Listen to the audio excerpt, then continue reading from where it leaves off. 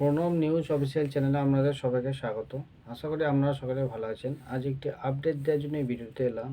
তার একবারে যারা চ্যানেলটি প্রথম দেখছেন আপনারা প্রত্যেকে লাইক, শেয়ার, কমেন্ট ও সাবস্ক্রাইব করবেন।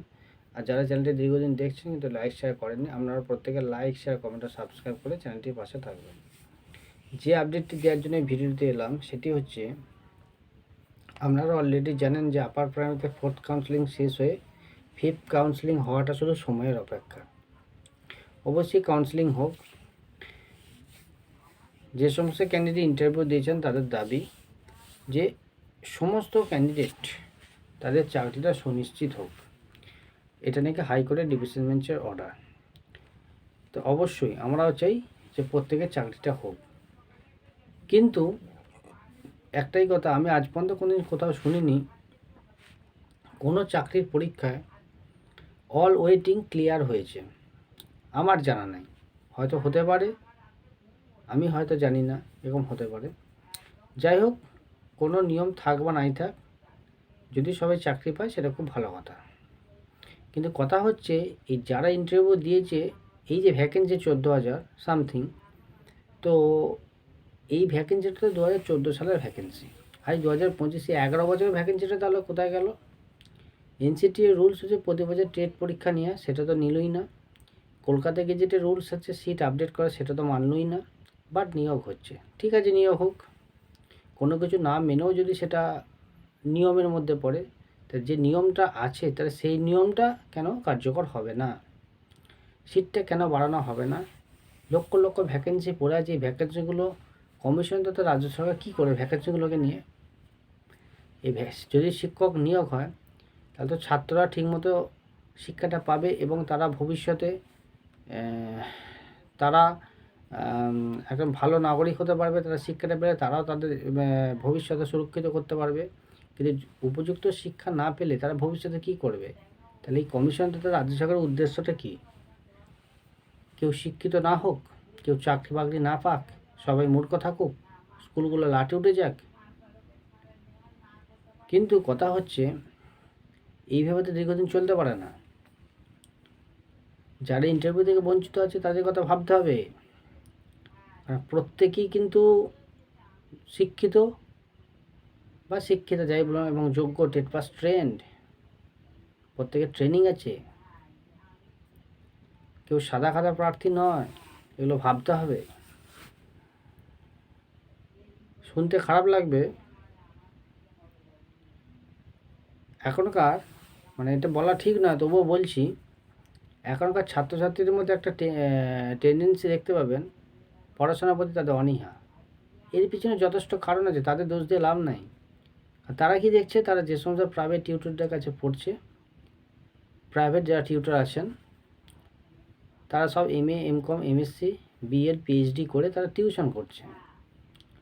তো তারাও তো বুঝতে পারছে যে পড়াশোনা করে তাদের স্যাররা বা টিচাররা আজ বেকার আমাদেরকে পড়াচ্ছে, তাহলে আমরা পড়াশোনা করে করবোটা কি? তাদের মধ্যে অনীহা সৃষ্টি হচ্ছে। এই বিষয়গুলো ভাবতে হবে, গার্জেনদের ভাবতে হবে, অভিভাবকদের ভাবতে হবে। অথচ ওই একই যোগ্যতা নিয়ে অন্য পথে অন্যভাবে টুকটাক ছোটোখাটো যে নিয়োগগুলো হচ্ছে অন্যজন পেয়ে যাচ্ছে, চোখের সামনে দেখতে পাচ্ছি। আর রাজ্য জুড়ে শিক্ষক নিয়োগ নিয়ে কী অবস্থা সেটা সবাই দেখতে পাচ্ছে। 26,000 ক্ষেত্রে দেখতে পাচ্ছে, প্রায় প্রতিটা ক্ষেত্রেই একই অবস্থা। 26,000 প্রকাশ পেয়েছে, বাকিটা প্রকাশ পায়নি। যেদিন প্রকাশ পাবে সেদিন সব কিছু সামনে চলে আসবে। তাহলে এই সরকারটাকে মানুষ ক্ষমতা এনেছিল ভালো কিছু হওয়ার জন্য। ভালোর জায়গা হলো কি, খারাপ থেকে খারাপতম হয়ে গেল।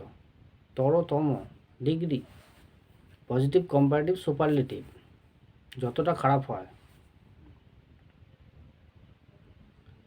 এখনও বলছি সময় আছে। কমিশন তথা রাজ্য সরকারের কাছে অনুরোধ, আপনারা বিষয়টা দেখুন। সমস্ত দপ্তরে যা ভ্যাকেন্সি আছে সেগুলোকে নিয়োগ করার চেষ্টা করুন।